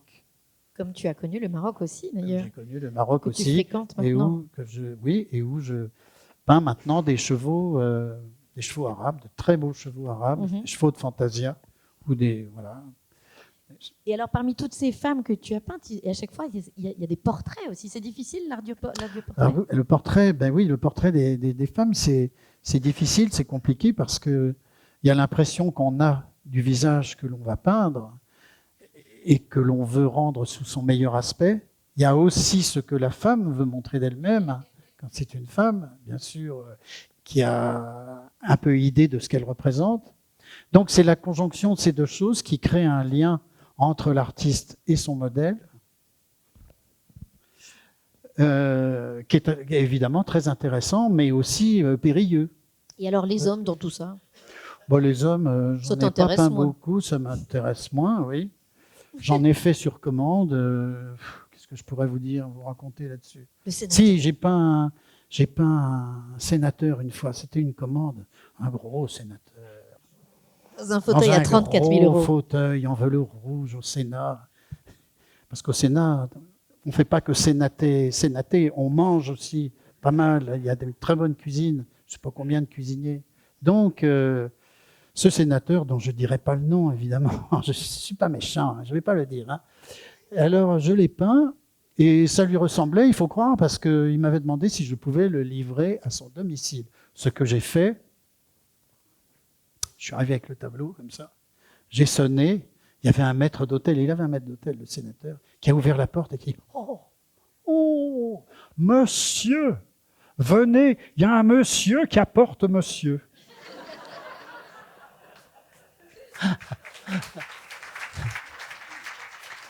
Voilà mes petites expériences de portrait masculin. Et alors, moi j'aimerais bien que tu me fasses mon portrait pendant qu'on écoute une chanson qui s'appelle... J'ai fait ton portrait. Eh ben voilà, ce serait logique, non? Alors on y va. T'as le temps de la l'écoute. chanson pour faire mon portrait. On l'écoute. Tu me dis comment je me mets. Tu poses là. Tu me dis, hein, comme Voilà. ça, Eh ben, c'est- plus détendu. C'est un peu oh avachi. ben là, je vais pas avoir assez de place dans la page. Hein. Ça Fait pendouille. ton portrait, dehors il pleuvait, la radio disait que ça durerait, j'allais te cerner de ciel azuré. C'est toujours pareil, la lumière éveille ce qui au fond de nous sommeille. Tu as un peu froid, Non, ça va. la couleur sur les doigts, on continuera une autre fois. Ah bon? J'ai Non, vas-y. fait ton portrait, le vent s'est calmé, on a déjeuné. J'ai pas faim. Sous la robe parfumée, j'ai tout dessiné, tu souriais gêné. C'est vrai. C'est toujours pareil, la lumière éveille ce qui au fond de nous sommeille. Tu as un peu froid, Non, ça va, je te dis. la couleur sur les doigts, on continuera une autre fois. J'ai fait ton portrait, le ben, j'attends. printemps venait, la radio chantait, et moi je peignais, c'est beau de s'aimer, je n'ai rien retouché. C'est toujours pareil, la lumière T'es sûr que tu fais le fauteuil, là, pour le moment? Oui. ce qui au fond de nous sommeille. Tu as un peu froid, Mais non, je te la dis, ça couleur va. sur les doigts, on continuera C'est une la chanson, autre fois. On s'en fout qu'il fasse froid ou pas froid. C'est la... Regarde-moi, Je fais que ça. Te regarde. regarde-moi, je n'ai pas terminé, il ne faut pas Arrête de bouger. bouger. Regarde-moi, regarde-moi, Je ne fais que ça. ça te ressemble un peu, je crois. Oui, alors très vaguement là. Hein. Regarde-moi, regarde-moi, je n'ai pas terminé, il ne faut pas bouger. Regarde-moi, regarde-moi, ça te ressemble un peu, je crois. Oui, Ça te ressemble un peu, j'aime bien. je crois. On finira à la maison. Ça te ressemble un peu, je crois. Quel crooner cet Antoine.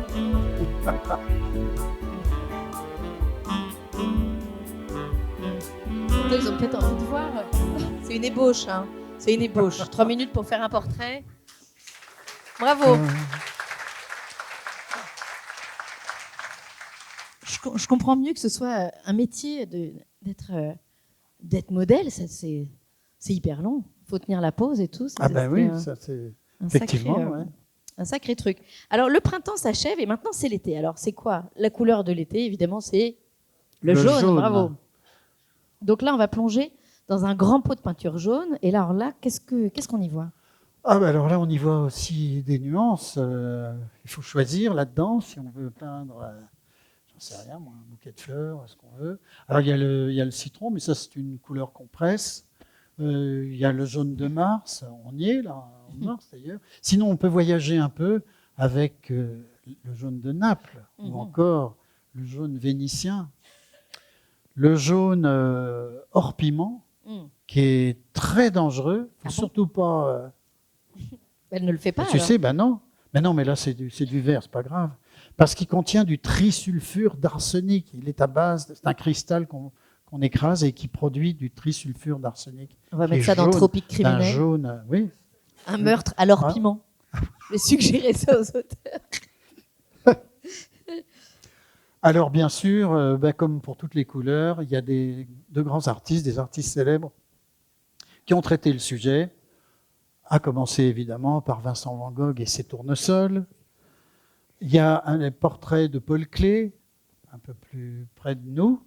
Et enfin, un artiste... Il y a aussi Turner. Il y a William Turner, oui, bien sûr. Oui, ça aurait été avant, normalement. Voilà, mais qui a traité le jaune, comme vous pouvez le voir, avec une magnificence. Celui-là, il s'appelle comment, ce tableau? J'adore. Celui-là, il s'appelle Going to the Ball. J'adore, c'est l'ambiance vénitienne avant d'aller au bal. Avant d'aller au bal, voilà. Et enfin, en artiste contemporain, il y a un artiste que j'aime beaucoup qui s'appelle Georges Baselitz, qui lui sculpte ce qu'il va peindre avec une tronçonneuse. C'est un exemple qu'on a là de ce qu'il appelle une tête jaune. Oui, c'est un bon titre. Oui, ça va. C'est mieux que Kiwi, par exemple, qui aurait été plus voilà, alors, moins adéquate. Et puis il y a le midi. Il y a le midi, mais ça, c'est pas un tableau, le midi. Ah non. Ah ben non. Enfin, c'est un tableau vivant. C'est un tableau vivant.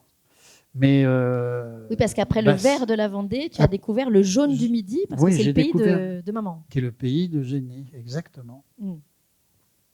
Alors, raconte-nous un peu tes premières impressions. Les premières impressions, c'était des promenades en fait dans les garrigues autour de leur maison de famille, et où il y avait le parfum des cyprès quand il a plu, c'est délicieux, des arbres qui craquent, les pins qui craquent sous le soleil, les lavandes, enfin toute cette végétation typique qui borde les chemins de garrigue où j'ai même promené.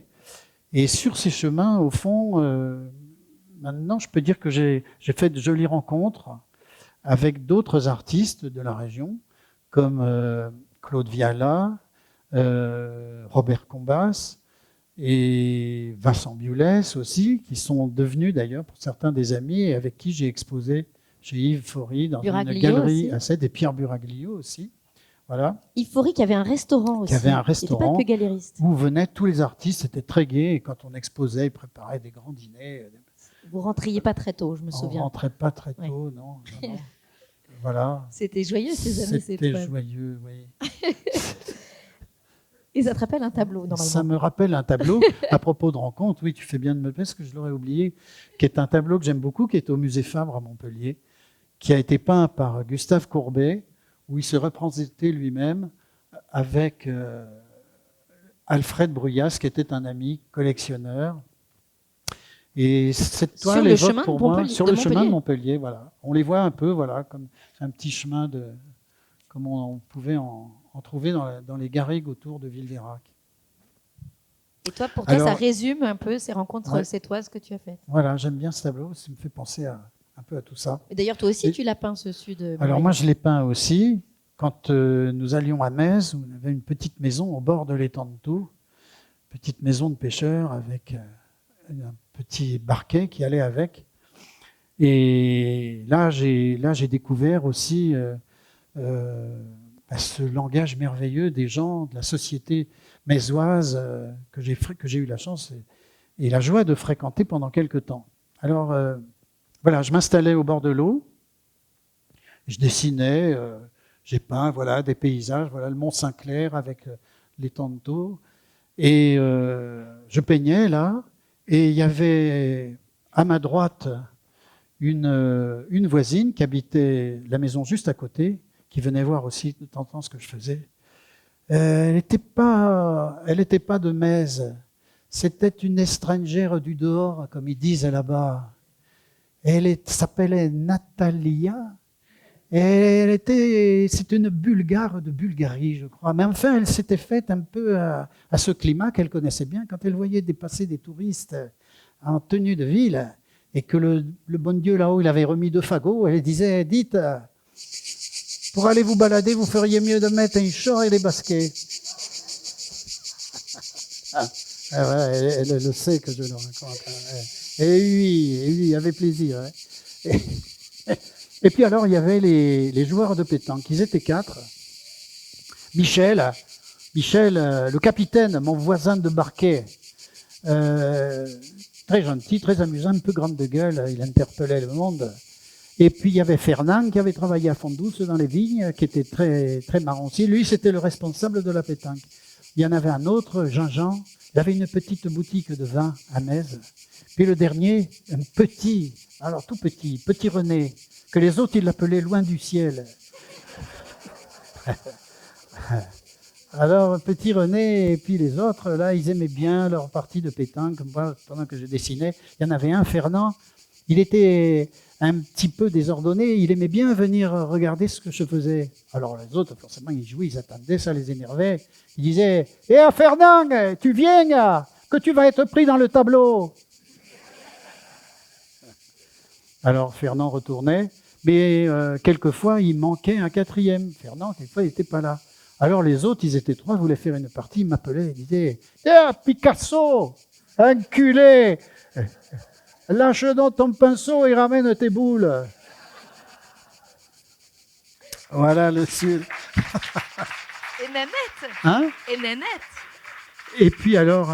il y avait Nénette. Ah ben il y avait Nénette, mais ça c'est Michel qui, quand il voyait passer Nénette, qui était pêcheur sur l'étang, il faisait la pêche le matin, il partait avec le cajot à midi, il allait le vendre au marché chez Maryse, la reine de l'anguille. Ça veut tout dire, hein?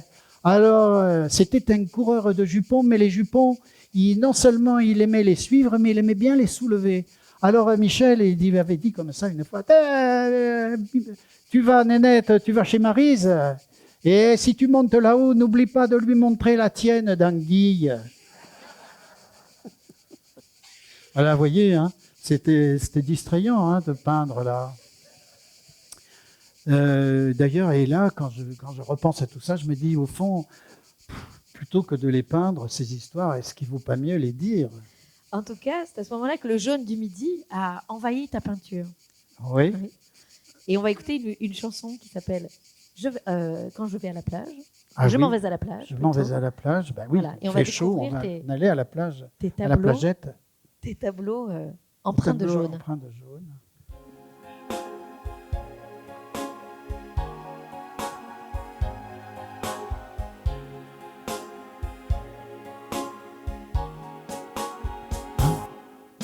Je m'en vais à la plage avec autour du cou un drap bleu comme la page où l'on se disait tout. Sur mon porte-bagages, tu me chantais du fou dans les derniers virages de ce joli mois d'août. Et le saxo, bien sûr.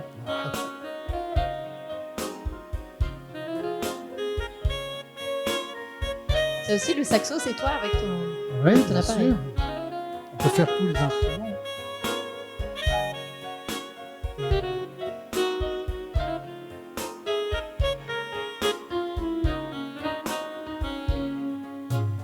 l'heure sous l'orage, embrassé, plus si doux, le rêve que ton visage ne serait plus jamais flou. La pluie sur ton corsage laissait voir que dessous ton cœur ne serait plus sage, qu'il n'abriterait que nous. La pluie sur ton corsage laissait voir que dessous ton cœur ne serait plus sage, qu'il n'abriterait que nous. C'est un slow. Hein. Ouais. C'est un slow pour la plage. Un slow à la plage. Bravo.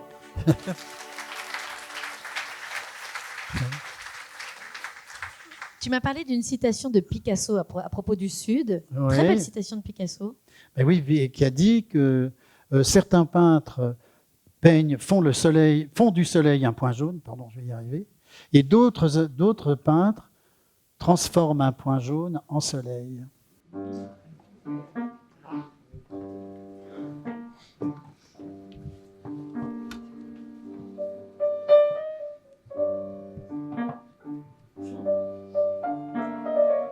Esquisse-t-elle un léger sourire?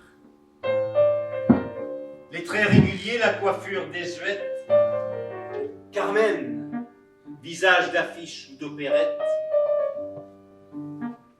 Quand t'es-tu absenté de l'arène? Tu caches celui que tu aimes, et son habit de lumière, il tourne. À la cape son taureau étoilé de banderilles, d'art fleuri broché de papier, coloré la fête et toutes nos blessures.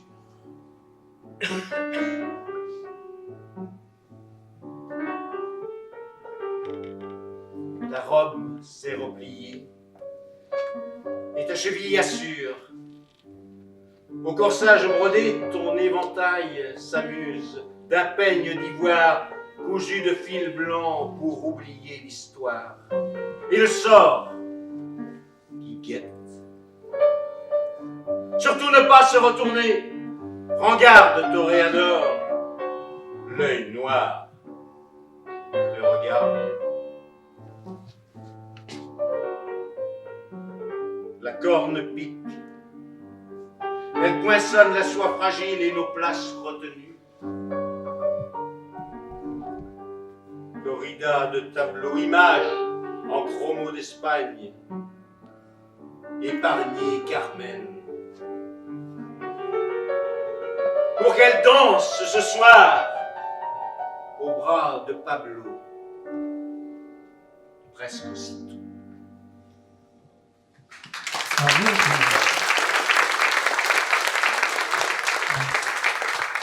Ah, qu'est-ce qu'on aimerait bien rester en été dans le sud où il fait chaud et où tout est jaune, mais malheureusement c'est la fin de l'été. Alors à la fin de l'été, bon bah c'est un peu la fin de la fête, hein, les jours diminuent. Ben oui, c'est la fin de l'été, mais la fin des amourettes. Et il faut retourner en classe. La fin des amourettes, les promenades en bicyclette Oui, avec aussi. Paulette. Oui. Et tant qu'on y est, tu vois, l'accent ne me quitte pas parce que t'es avec tout ça là. Ah oui, on a envie d'y rester. Je nous m'y aussi. perds. Et Qu'est-ce qu'on faisait à ton époque qu'est-ce à la qu'on fin de faisait l'été? alors? Ah ben oui, alors je disais ça parce qu'on s'écrivait des lettres. Il n'y avait pas les SMS à l'époque. Avec les machins. Donc on s'écrivait des lettres, des cartes postales. Et comme on avait appris un peu l'anglais, on croyait que la petite anglaise avec qui on avait dansé l'été, on lui envoyait un mot, on disait « Et j'ai le blues de toi ». Au lieu de dire « j'ai ta blouse », en fait, tout simplement, hein, voilà. Et donc, on s'écrivait des lettres, des cartes postales que j'ai gardées, moi, évidemment. Dans mon cas, j'en ai retrouvé des anciennes. Et dans cette maison où nous habitons maintenant, alors là, il y a des paquets de correspondances de différentes époques, différentes Eh oui, parce générations, que puisque sont montés au grenier sont plein de montés choses au depuis des grenier, générations. évidemment, plein de choses, plein de correspondances, relations épistolaires rangées dans des caisses, des cartons, etc.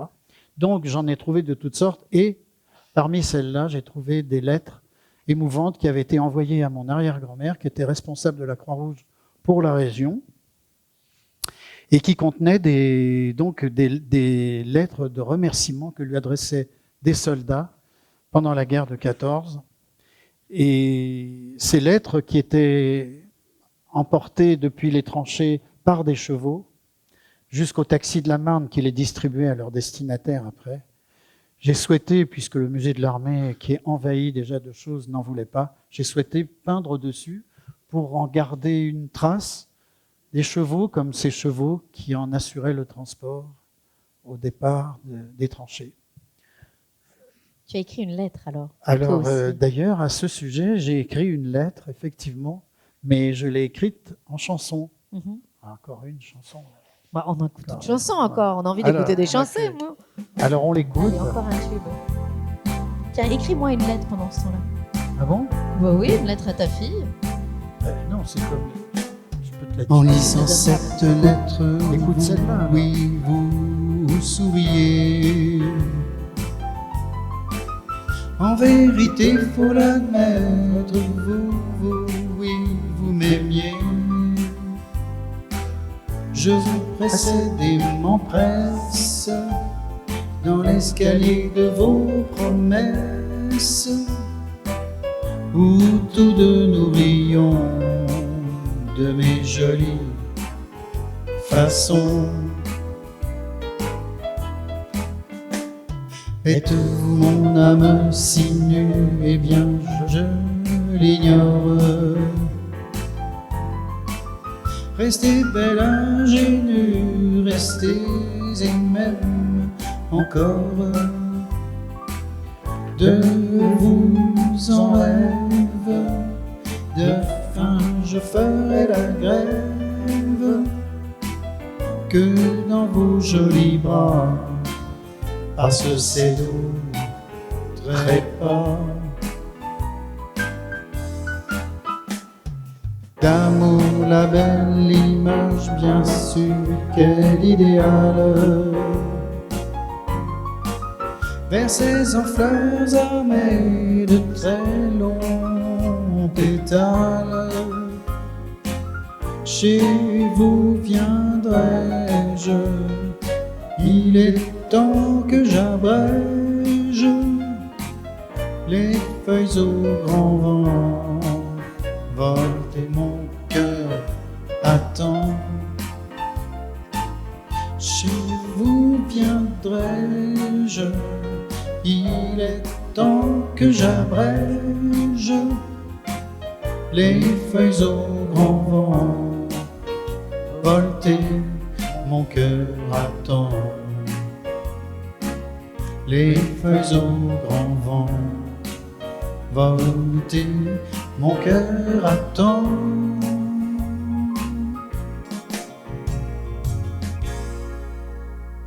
Bravo.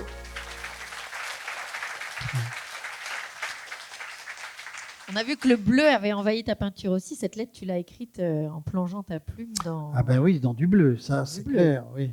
Donc maintenant, Alors, pour finir, on va Pour plonger. faire la dernière couleur des couleurs primaires, il manquait plus que le bleu. Oui, Voilà. un grand pot. Alors, qu'est-ce que tu as vu cette fois dans le Alors grand pot ben, bleu là c'est pareil, on a un certain nombre de nuances. À l'outre-mer, ça, je connais qui- bien ça. L'outre-mer, ben oui, ça fait voyager, ça toi tu connais, tu as l'habitude. Il y a le bleu manganèse, le azur, le bleu clin qui est devenu une vraie couleur puisque c'est Il a lui créé qui sa l'a couleur, inventé. le peintre Klein. Il a fait sa couleur, le roi, le russe, militaire un peu, le cobalt et le bleu ciel. Le bleu ciel Montradi, par exemple. Oui, Le- ça, c'est pour mon frère, C'est ça. pour ton frère. Parce qu'avant, on pouvait dire le ciel bleu, mon mari. Oui. Mais voilà, c'est devenu une vraie couleur aussi, ça. Hein, bleu ciel, mon mari. Alors, Ça a inspiré voilà. des peintres Et aussi, alors, ce bleu. comment? Ça a inspiré des Ça a peintres inspiré des peintres aussi, oui. La jeune fille à la perle, aussi. De Vermeer. de Vermeer, Antonello da Messine, Soirée d'été, très beau portrait aussi. Alors là, on passe à une autre gymnastique, essayez pas, parce Non. que c'est pas Une facile, mauvaise hein. partie de Twister, ça peut mal Picasso, tourner. il l'a fait sans modèle. Hein.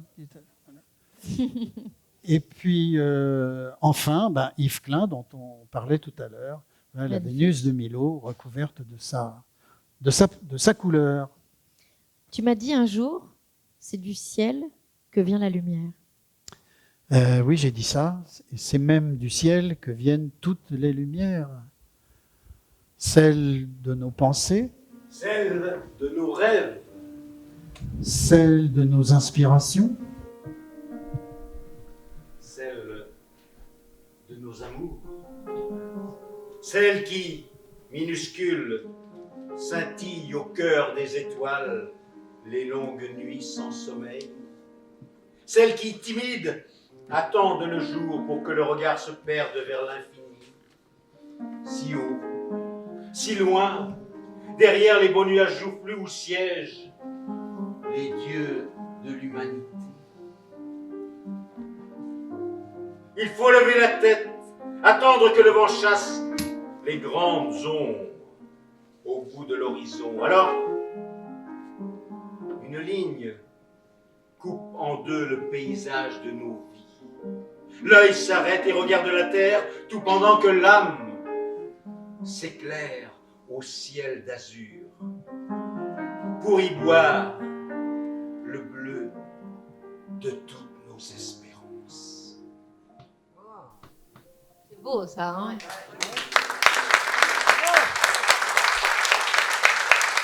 et Paul. Demain, c'est le printemps. Et oui, demain c'est le printemps, il y aura de la lumière partout, normalement. C'est aujourd'hui? Eh ben voilà, c'est aujourd'hui le printemps, c'est magnifique. Eh ben moi j'ai envie qu'on termine là-dessus, sur le printemps et toutes ces belles espérances. Merci infiniment. On connaît mieux Antoine maintenant, non? Hein? Alors merci. Merci Antoine de la Boulay. Merci Paul Barotin.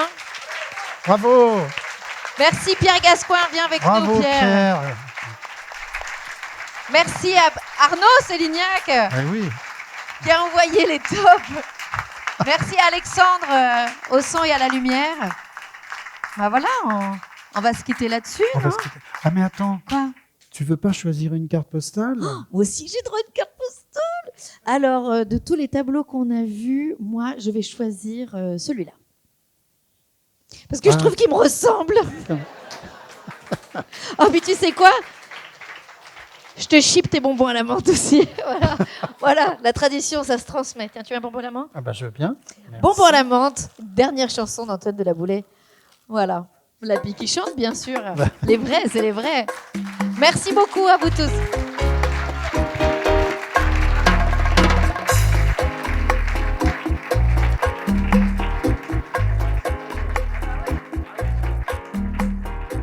Une américaine rouge pétante, à photo couleur, épatante, une pièce dans la fente. Bonbon à la menthe, on ne dépasse pas le 50. Vernis à ongles, amarante dans la descente. Bonbon à la menthe.